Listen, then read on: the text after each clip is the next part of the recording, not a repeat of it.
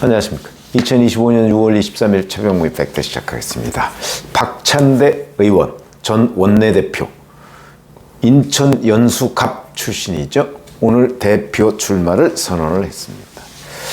자, 지금까지는 이재명이 박찬대의 곁을 지켜줬지만 이제부터는 박찬대가 이재명의 곁을 지켜줘야 한다고 마음먹었다. 이게 출마의 변입니다. 그러니까 대통령의 주변을 자기가 대표가 돼서 지켜주겠다, 이런 거죠. 이재명 정부의 성공에 민주당의 모든 역량을 집중하겠다, 이러면서 이 출마 선언문을 쭉 읽어가는 과정에 그 발언을 끝나고서는 울먹울먹했습니다. 뭐 감정이 북받친 모양이죠. 뭐 그럴 수도 있죠. 그러나 적어도 집권당의 대표가 되겠다는 사람이 대통령을 언급해가면서 울먹울먹거린다는 것은 아주 보기 드문 장면입니다.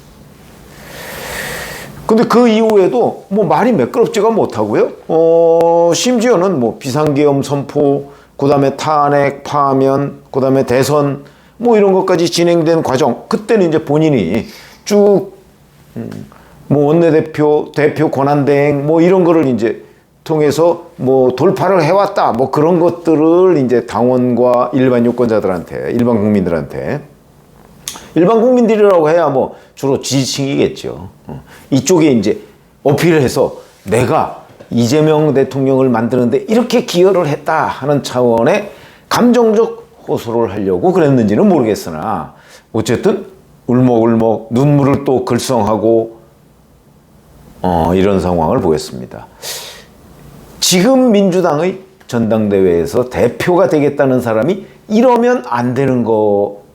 그러니까 이러면이 이재명 대통령을 언급하면서 울먹거리거나 눈물을 글썽이지 않으면 어려운 상황까지 가는 것인가? 뭐 이렇게 고개를 좀 갸우뚱하게 만드는 장면이다, 이런 거고요. 뿐만 아니고요.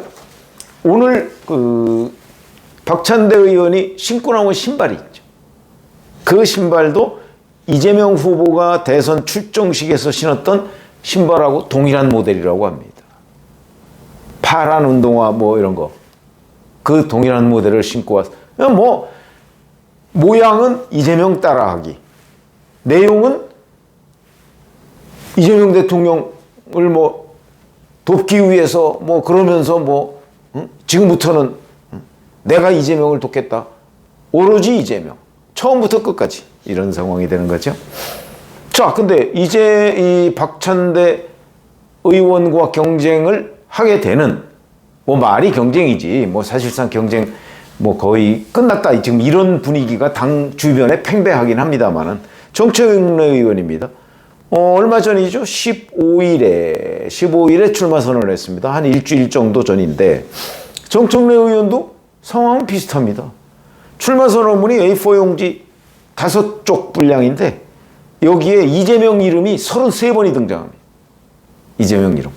한쪽에 6번 이상씩 등장한다는 얘기죠.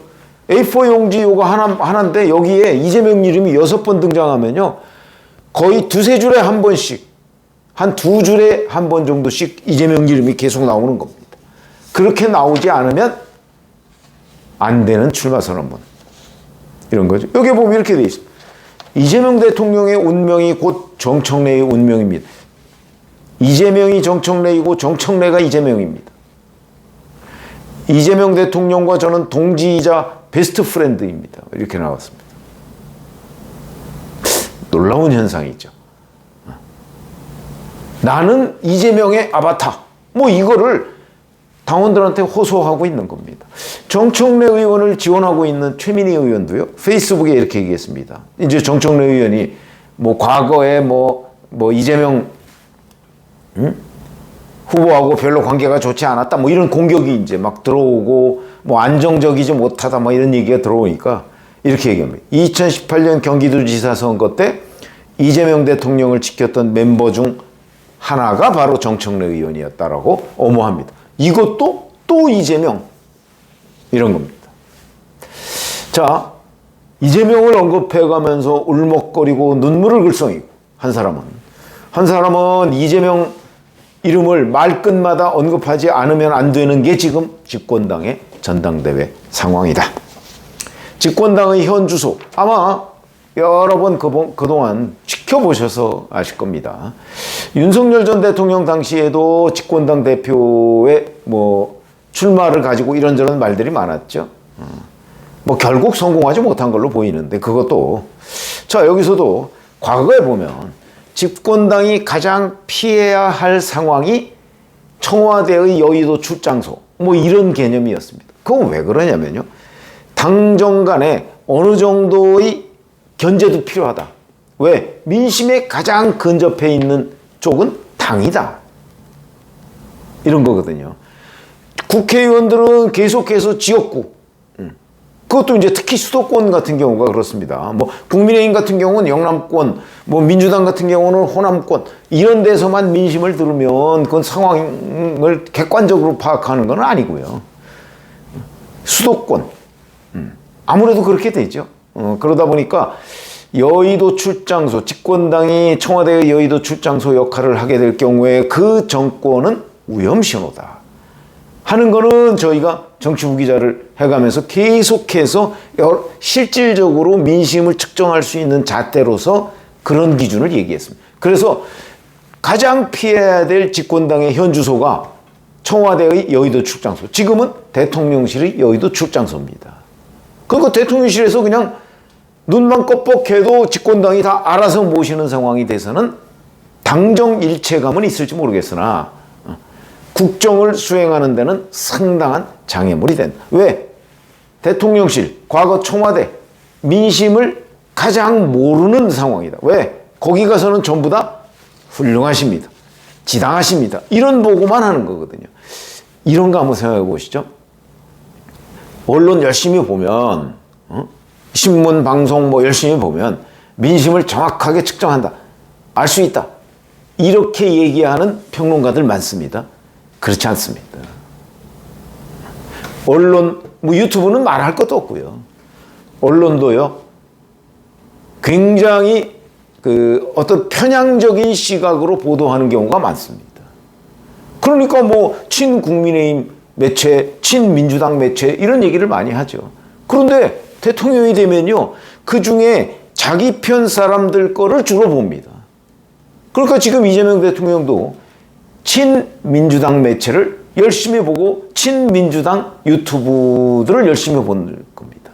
과거에 윤석열 전 대통령은 또 친국민의힘 매체, 친국민의힘 유튜브를 열심히 봤죠. 그건 우리가 다 알고 있습니다. 역대 대통령들도 되게 비슷했습니다.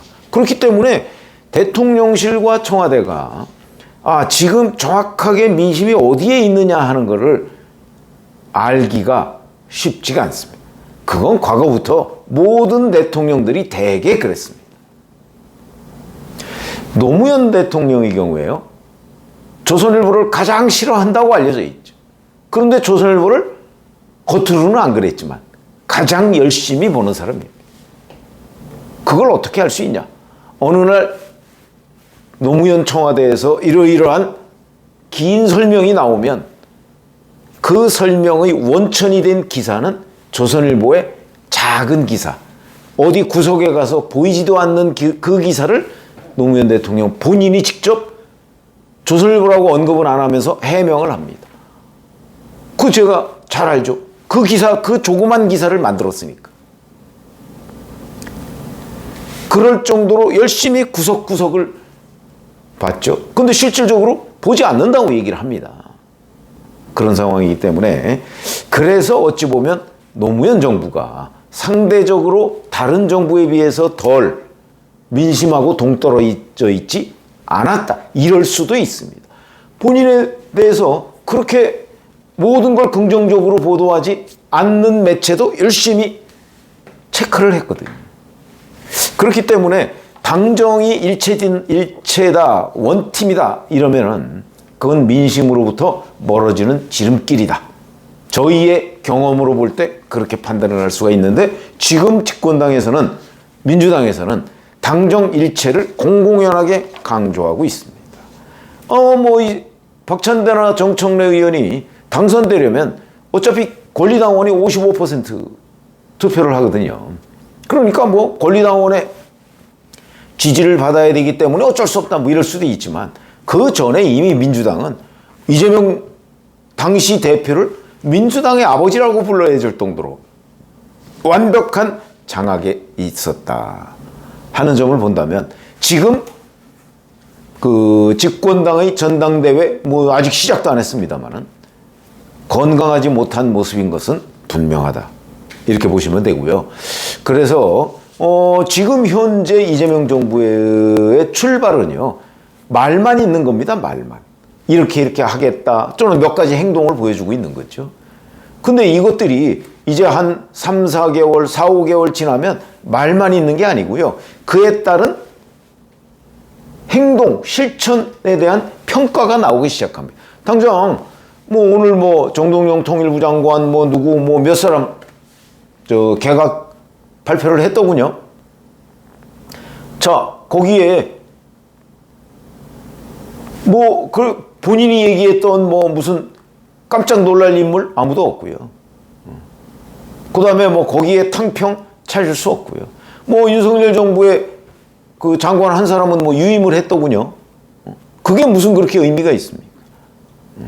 그거는 아마도 이렇게 돼서 뭐 탕평 인사를 했다 뭐 그 점을 하나 찍기 위해서 그렇게 얘기했는지 모르겠으나 별다른 의미가 없는 그런 거죠. 그런 점으로 본다면 자 노무현 대통령은 당정 분리를 철학으로 구현을 했습니다. 지금 이재명 정부는요 본인의 철학은 당정 그 분리는 아닌 것으로 보이고 지금 집권당의 대표가 되겠다는 사람은 당정 일체, 당정 원팀 이런 걸 강조하고 있습니다. 거기에 대해서 특별히 지금 이재명 대통령실에서 뭐 선을 긋고 있는 것 같지는 않습니다. 그래서 제가 보건대 대통령을 언급해가면서 울먹거리고 대통령을 무려 출마 선언문에 33번이나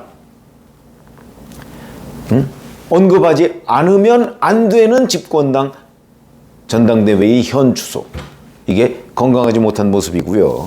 뭐 이 부분에 관해서 앞으로 그 이재명 대통령실이 얼마나 정말 민심을 제대로 이해하고 민심에 따라 움직여 주는가 하는 부분에 저는 적신호가 켜졌다고 생각하는 사람 중에 하나입니다. 그 문제는 앞으로 이제 집권당 대표가 뭐 박찬대 의원이 될 것이다. 뭐 이게 지금 뭐 민주당 주변에는 파다하니까. 그래서 이재명 박찬대로 이어지는 여권 라인, 그 라인에서 과연 민심에 얼마나 부합하는 결정이 나올 수 있을까? 저는 부정적으로 본다. 과거의 예를 보면 일단 이 정도까지 말씀을 드리겠습니다. 고맙습니다.